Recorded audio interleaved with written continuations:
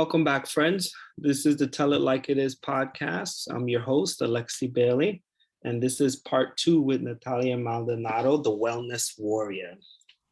Now, if you haven't heard part 1, they need to go back and check it out.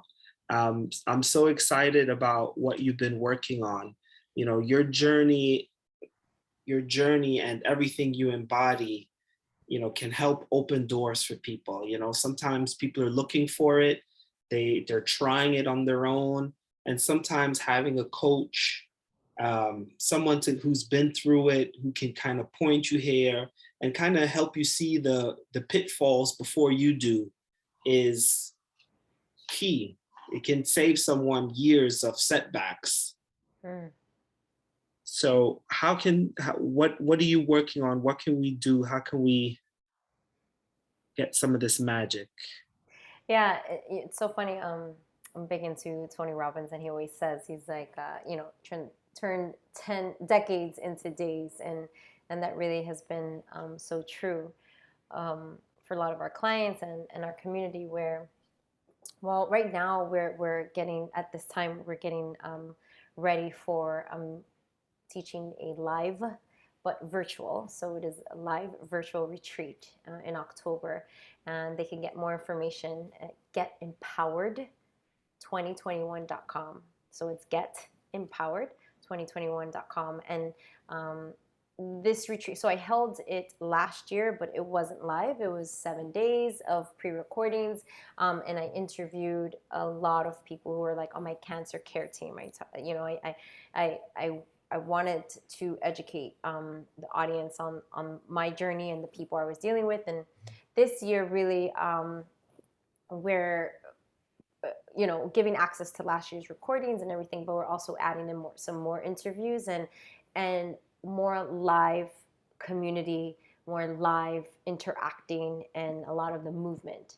As I was telling you with the formula love, it's extremely important for people to experience it. So we're doing an intensive for October so that we can get 3 days of a full dose of love together. And in that, you walk away feeling empowered with tools and resources, and then obviously a new community. So that's our project right now during this time. In general, my wife and I do have a wellness company, and it's really quick. What are the dates in October? Oh, thank you. October. So October 14. Let me just make sure. Hold on one second. I get the dates right here. So it's October, 15, 16, and 17. So live interviews. So live interviews, and it's going to also be like the movement and affirmations that I speak, the activations. We're doing meditation, and then again, community, like breakout rooms, just connecting with one another. Okay, so this is for people looking for wellness, people who want to be empowered. Right. So it's a wellness and empowerment retreat in honor of Breast Cancer Awareness Month. So at this time, the audience is for women, but we invite, the women to share the information, obviously, with their family and their husbands. But yes, right now, the audience, this event is for women. To get empowered, to take steps, to get you going back on your journey to wellness. Yeah, it really is. We're looking at it as a jump start, to the road of recovery, whether if it's a physical, a serious illness that someone is experiencing in the moment, breast cancer. And again, I never use the word cure or anything. The formula is meant to empower. The formula is meant to create that space that I was talking about, so that you choose, you decide what is your path. Remember the path that we were talking about, and because the mission really is to change the conversation around force, making decisions, fear-based, and this is relevant to everything that's going on, right? To whether if it's, how am I going to handle my cancer protocol, what am I doing, or whether if it comes down to any medical advice where people may be feeling disempowered because, their family, the doctors, you know, the media, whatever. So they may be feeling they don't know enough information, or so the idea is to create this experience, this intensive, so people have that, again, like I said, the resources, the tools, the space to really activate their own inner intelligence, their own inner wisdom. Who am I going to listen to? What does my body need? And that can go in different avenues. So it's not only just for people diagnosed with cancer, it really is activating that inner wellness warrior for anyone who wants to change their health story, right? There's, you know, there's women who are experiencing high stress, and they're getting, you know, early menopause, arthritis, and losing their hair, feeling all types of different of symptoms. Men are experiencing this too. Like I said, the event right now is for women, but so they're thinking that, oh, it's because I'm getting older, or, oh, let me take a pill here or a pill there. And that's just not the way. Like, it doesn't have to be that way. Let's ask empowering questions, let's educate each other, and then we can make empowering choices. What stage was your cancer? Very small, stage 1, thank God. So, you know, I can imagine that the doctor is beginning to tell you that you can do radiation, you can do this. And in my experience, doctors aren't quick to tell you, try the holistic thing first. No, I know there are doctors out there with amazing intentions and who do both. They want to hear the patient out. They learn from the patient. But unfortunately, my experience was, while the oncologist that I dealt with was extremely educated, and she knew her job well, she was all about get the symptom out fast and now, like all surgery, radiation, and then, you know, we'll see, take out the lymph nodes. And for someone who, I was not a person who went to the hospital or doctor a lot. I didn't take medications. I wasn't in that conversation. It was so much, so soon, that, you know, this person, unfortunately, I guess, was so used to the numbers and the stats, where she forgot about, like, bedside manner, and, like, me sitting there, like, asking these questions and wanting deeper answers, or at least just more of a connection with her. It was definitely one of those moments of following, like, I literally felt I had to get out of there, and I looked at my wife, and I was just like, this is not for me, like, get me out of here. And we took action, and we left and never went back. And that's where they, like I said, we just went in deep prayer, like this all, like what kept being repeated, the conventional route just didn't seem right. They were like, it's slow growing, non-aggressive, but here, this is how we're going to do it, this is how we're going to fix it, da da da. And the idea of, like, me even mentioning, like I just mentioned, like, you know, what if, like, you just give me some time, and, like, what if I can just clear out and, like, strengthen my immune system. And she's like, oh, because she knew I, like, taught yoga, and she was like, oh, don't go on these strict diets that these people go, it doesn't work. Like, the fact that she even said that, even now more, I'm just like, what is, like, why would she do that? Like, why would she, like, at least, you know, hear me out, or you know. So there was definitely a disconnect, and a disempowering feeling, because you see the white coat, I automatically give this reverence to doctors. Oh my God, I didn't finish college. I always, it was like, oh, they're more educated than me. They're more, listen to. But after this experience, I'm like, hold up, like, yeah, they have education, and yeah, they're in their space, but the work with me, and, like, as a whole body. Like, this is, let's talk about my blood work connected to, like, I didn't know there was stuff going on with my liver. I didn't know that, like, emotional stuff. And I know it's not the doctor's job, but I'm just saying, like, give me, like, I had to make sure that I empowered myself enough to not feel intimidated to speak up whenever I went to a doctor's appointment, I think that's an important part of a cancer story that I think a lot of us don't really get to hear enough. We hear cancer survivor, and it's like, well, this was the medicine, or this was the hospital, cancer survivor from here. And you don't hear many full stories about the self work, the holistic, the diet change, the self evaluation, all of that kind of gets left out, and it gets turned into this kind of, this hospital has the best numbers, Mm-hmm. and you Yeah. you kind of get lost in that. I think because you were already holistic, you were Yeah. already um, into the yoga and all of those other things, you were grounded on some level that a lot of people don't have. And for me, the important thing that I try to point out to people is that wellness is, you don't wait for a diagnosis to start wellness. Right.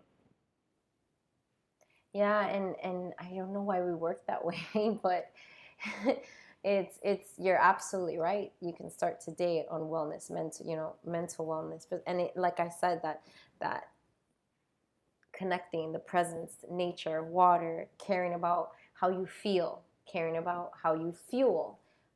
That's wellness, right? And also, the other thing I would say is wellness is a state of wholeness, completeness. And a lot of times we get the diagnosis when there's been a disconnect. There's disharmony in the body, Right. and we get little signals. There's we get the little signals. It's just that we're so used to, like, no, no, no, no. But I'm on the go and I have to get this done, and I'll pop an aspirin, pop a pill, blah, blah. I have this pain, but no, no, no, no. And I think that's also a conversation that needs to really be talked about more, of like, what signals is your body telling you, like, hey, I don't feel good, but like, not I don't feel good, like, oh, medication, like I don't feel good. I need rest, or I just, a lot of times it's just like like just rest, a retreat, or knowing if how you've been eating, a cleanse. Like, the body speaks to us. It's just, are we willing to slow down to listen? I consider myself an activist because, in my common space, I see so much disharmony. People say, "Hey, do you want to hang out?" And I automatically know, the diet, the drinking, and Mm. it's not like we're going to, "Hey, let's hang out and do a walk. Hey, let's hang out and do a workout. Do you want to go play basketball?" It's typically a, let's sit down, veg, eat some food, watch TV, like, and I'm not just speaking from my experience, but I know that's the norm. A lot of people have a long day of being sedentary, and then they come home, eat, grab something real quick, and then sit and watch TV. So So I think, and I agree with you, and that's where, even for me here, um, I think it's our responsibility, if there's a pull of, like, number one, no, I don't want to do that, no, thank you, but then recommending, hey, instead, or maybe not that day, but like, there's this event, this walk, this hike, this bike ride, whatever. So I was able to clearly get that done in New York. Like, that started happening to me when I was a police officer, and I was very much into the bars. Like, right after, just eat, you just, like, it's just part of the whole thing. And I remember really feeling clear, like, no, if I go out tonight and I drink like this tonight, I'm gonna feel like crap tomorrow for yoga. So I don't want to do that. I'm going to go to bed early. And in the beginning, it's lonely at first, but then when you're living the lifestyle, I started noticing people asking questions. Hey, what are you doing? And then I get to invite them to yoga. And then instead of having a drink, it's like, let's grab a juice. I'll never forget the first time a guy had asked me on a date. It was like to go to a juice bar. And I'm like, all right, I'm on the right path. Like, I was like, so I remember it really isn't about convincing, forcing, or whatever, but it is being willing to say no. And sometimes that is hard, because you're kind of like, damn, I don't want to disappoint. And that brings me to a quote that Oprah says, when you live a bold, it's Oprah and Brene Brown, when you live a bold life, you will disappoint people, right? And sometimes living bold is just by saying no. you know, but the people who are like your ride or die and you know are curious about, you know, the lifestyle, then they'll come join you. And then you can even create, for me here it's like, oh, creating events, like I'll create my own event like, you know, create a walking path, create a Saturday morning, you know, so Saturday activations, rather Saturday morning, so Friday night I'm not going out. So I think it really is, it comes down to that we're all leaders, whether, you know, every one of us, we are leaders in our home, we're leaders in our workplace, we're all of us are leaders. And the more we're like, damn, yeah, I don't want to, I literally was just having this conversation, like, yeah, I don't want to go out Friday nights. Like, I don't want to be, I just don't feel, it's just not part of it. But I don't want to stop you. I don't want to, and just be okay with that. And then what community? There's people out there not at the bar. I'm telling you, like, there's people not at the bar on Friday not eating. There's people out there, you know, meditating, yoga, whatever. And if there isn't, if you really can't find anyone in your community, you're the leader, my friend. And next Friday, you're leading an event that's going to be walking at 5 p.m. after. Like, that's just how it goes. It's like, oh, like you, yep, you're the one. and I think that is something that each of us have to take responsibility for. And that's the boldness. You need a certain, if you're going to have wellness, like you said, you have to have a certain boldness to say no, to be a leader, to say, you know, let's do this instead. And to be that person. You know, there's always that person in the group, and nobody wants to be that person. But yes, if you want to be, live well, you have to be that person. Because in being that person, you're being true to yourself and you're saving lives. Because in the end, it's, there's a gut feeling, right? I always say, like, gut check, right? There's a gut feeling that, you know, damn, me me saying no to this because I know in my true self, I really don't. And there's nothing wrong for the person who wants to go out every Friday night. That's their path in this moment. But when the voice comes to you, like, no more, like this, I'm just not interested anymore. There's something, I'm just not interested in this anymore. Well, what am I interested in? I actually would rather walk. I want to be outside. And then you're Googling meetups, whatever, any walking, whatever, no walking groups. Damn, I guess I got to organize a walking group. Okay, you know, and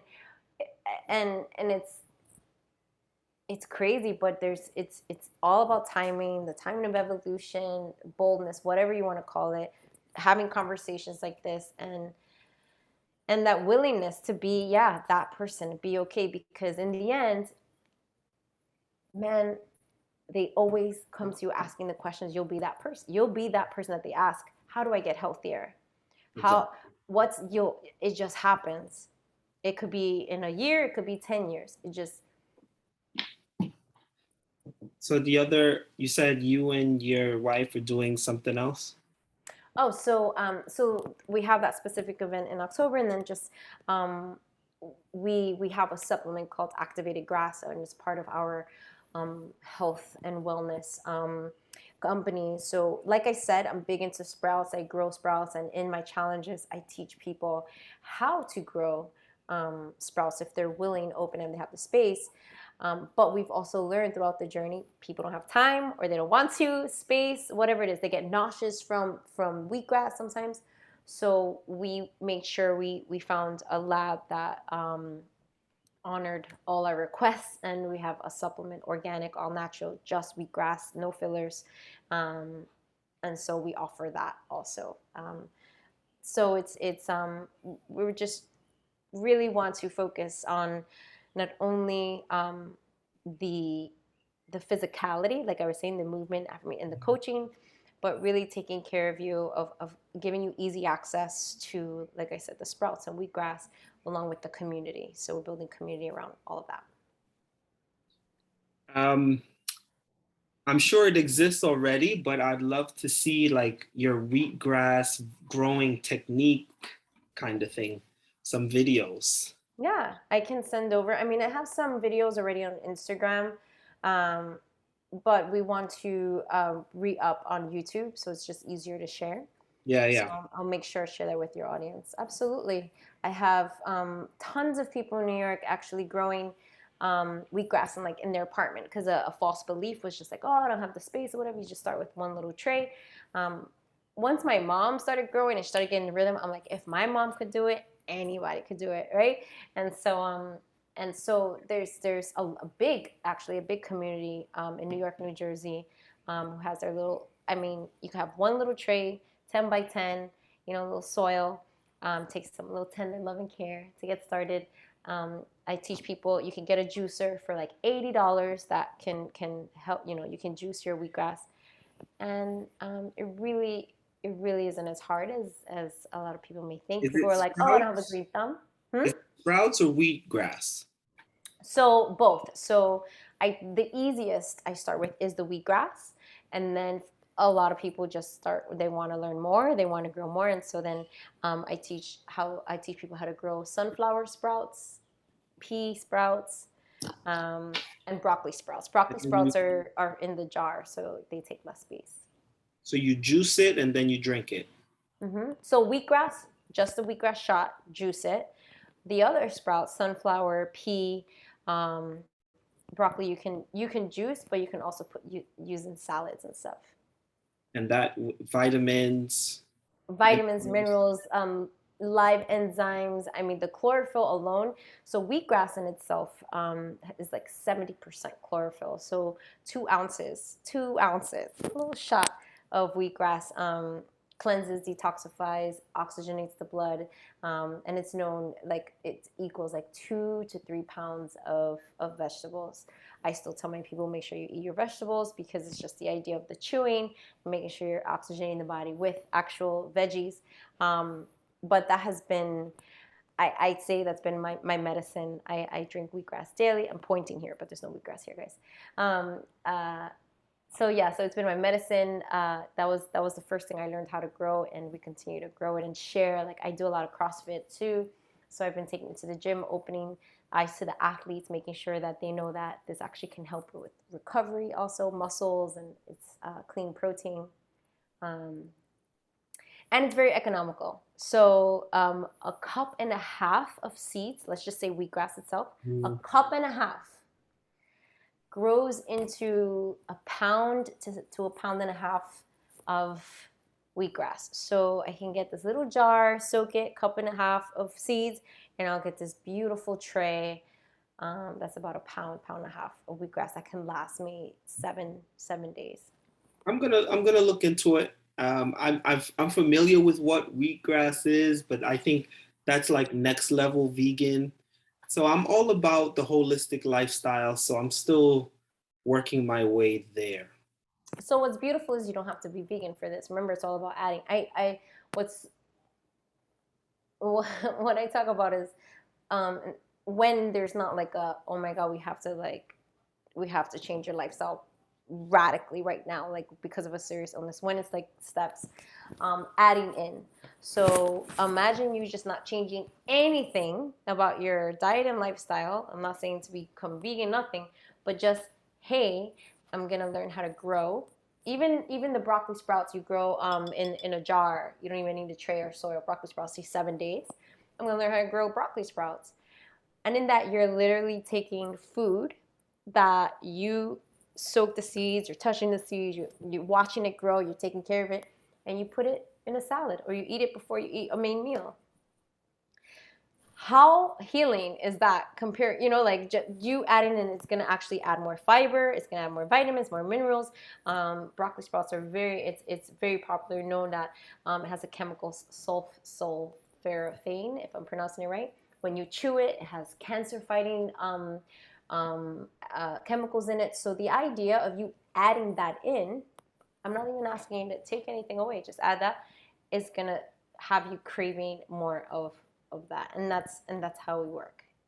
Instead of like, a lot of people like, I can't go without meat. I can't. No, I'm like, I'm not even asking you to do that. I'm saying add this in. How about you add in a salad or your greens before your main meal? How about you just add that in and let me know how much you want that second plate, or how much you want dessert afterwards. Like, just let's add in. before you even think So, about removal. so you're teaching CrossFit? Not teaching. I'm a student of CrossFit. I like trying new things because I think it's always good to remind myself to be a student and learn new things. So I'm a student How of long has CrossFit. that been? 7 months. Okay.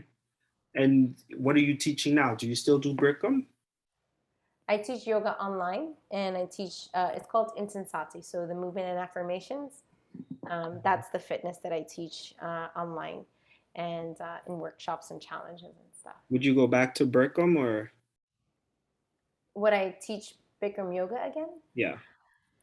Um, it's just it's a different world now. There was a lot that went down in the Bikram yoga community, and I absolutely love. Oh man, if I can find an actual 90-minute hot room, not needing. I don't care who gets upset. A mask, because that was one of the major things when I went to New York. They wanted us to wear a mask, and it didn't, my brain couldn't comprehend that in the hot room. Okay. But So post pandemic, you were still doing Brickam. yeah. Yeah. So yeah, obviously, we're still in pandemic mode. So there's going to be some restraints. So you obviously it's 90 degrees, you're hot, you're supposed to be breathing deep, you have a mask on. That's not a good idea. No. So Otherwise, I do my own Bikram outside in Miami. otherwise you want to continue doing that. Absolutely. What about your running? Oh, thank you for asking. So I run for fun. No more, I don't do any races or anything like that. Um, I run to enjoy. I run to keep moving. I run for therapy.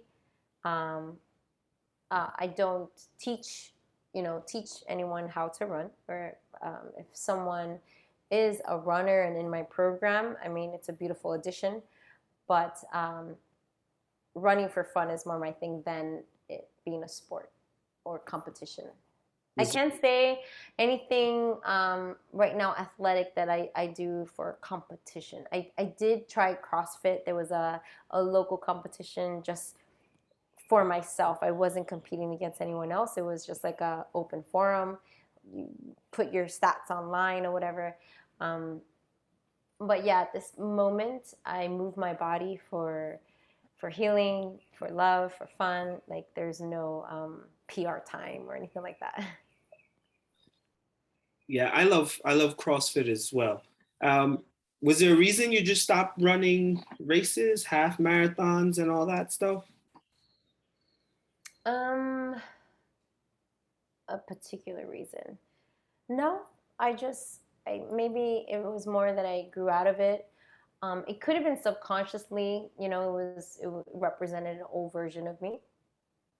Got it. That could be it. You were And redefining yourself.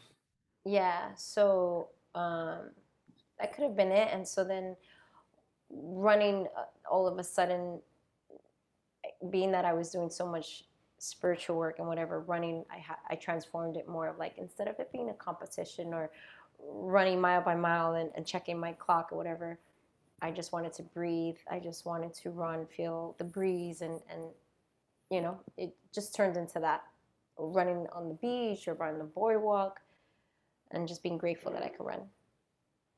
Mm-hmm. Natalia, thank you so much for taking the time. I really appreciate you and your work, your energy. I love your morning motivation things. Usually, when I see it, I feel bad. Um, I do my exercise, so it's not that I'm not doing my exercise. I'm just like, but I can definitely, I feel inspired. It's like a good feel bad. And I think it's important that I share that with all the work that I do and with every, that I coach, that I seek inspiration too. There are days where I feel like low energy. There are days I am not always on high energy and 10. There are days where I don't sleep well, or, you know, I, that things don't go well for me, and I forget my own resources and tools. And so we're all a work in progress. We're all a work in progress. And I think, like I said, if we all look at ourselves as leaders and have compassion towards ourselves, then if we can do that for ourselves, then we'll have more compassion for others, right? And so yeah, when I post those like energetic like activations and the movement, it really is to inspire the person to move however they can move in whatever state they're in that moment. So, and just like when I say with my healing, I'm not telling you to heal my exact formula. May you know, whoever is out there, like, it's to create that space to inspire you to pause and find your formula, empower yourself. So if for that day it's you're seeing me like jumping, flying, you're like, well, today I'm just going for my walk and that's what I could do. Amen. Like, good. You Yeah. mentioned that trampoline before. Mm-hmm. Oh yeah, the rebounder. Oh, Yeah. I love it. Yeah, Does yeah. it do something special, you were saying? So the rebounding is specifically great cardio, great toning, like that part. But a lot they advise it a lot for the cancer patients because it actually activates your lymphatic system. And so you don't have to jump high. You don't have to have a whole hour of a class or even 30 minutes. Instead, for someone who's been diagnosed with cancer, they advise to get on the rebounder for a minute, like 30 times a day. Like as as many times as you can, but even for a minute, and just start bouncing. It doesn't have to be high, it doesn't have to be super drastic. They even have the rebounders with the handle for those people who are scared of falling off or anything, or if they feel like shaky. Mhm. um, right. And so this helps with blood flow. This is it's really part of a in the integrative medicine part. Mhm. It's part of the healing, the prescription for cancer patients. Yeah, so much. We could talk forever. I love your energy, and Oh, I'm glad that we were able to do this. And I definitely will love to partner with you in the future. And absolutely. I love everything that you're doing. Like, I feel your organicness through in everything that you do, and that I think Thank is you. your strongest thing. Like, I know a lot of influencers, and the other thing I was gonna say is you only have like 7,000 followers, right? Hmm. And I know people with 150,000 followers. When I look at their stuff, I'm like, unfollow. You know, it's it looks so trendy and it Yeah. superficial. Like when you're talking, I feel like that's I'm seeing you, the real person. And I'm sure everyone who sees this, who already knows you, they already know. And I'm sure people check you out and just keep doing what you do. Give us your Instagram. Yeah, thank you. And thank you for feeling that, because every post, everything is from my heart. Like, it is organic and sometimes to a fault. I wear my That's heart good. on my sleeve, but I think the world needs more of that. And I agree. that's why my affirmation has been anything fake or fear-based or force is just not for me. May God receive that and keep us all protected. So yeah, so you can find me on Instagram. I am Wellness Warrior. And again, the event that we're hosting is you can find more information at getempowered2021.com. And I'm also on YouTube under Warrior Life Code. So those are some, just to start getting more information. And again, like like you were saying, in the mornings, there's a lot of times where in my story you'll see me bouncing around. Even in my voicemail, it's really funny. I'm like, sorry I missed you. I'm either making green juice, bouncing around, or doing something making green juice or making sprouts or something like that. And it's literally, yes, in my story is what I usually share, something like that. Thank you so much. Thanks again. I appreciate you taking the time. You've been awesome. No, thank you so much for having me again, and I look forward to working together. And yeah, let's create some change. Let's be some leaders. All right. Namaste. Namaste.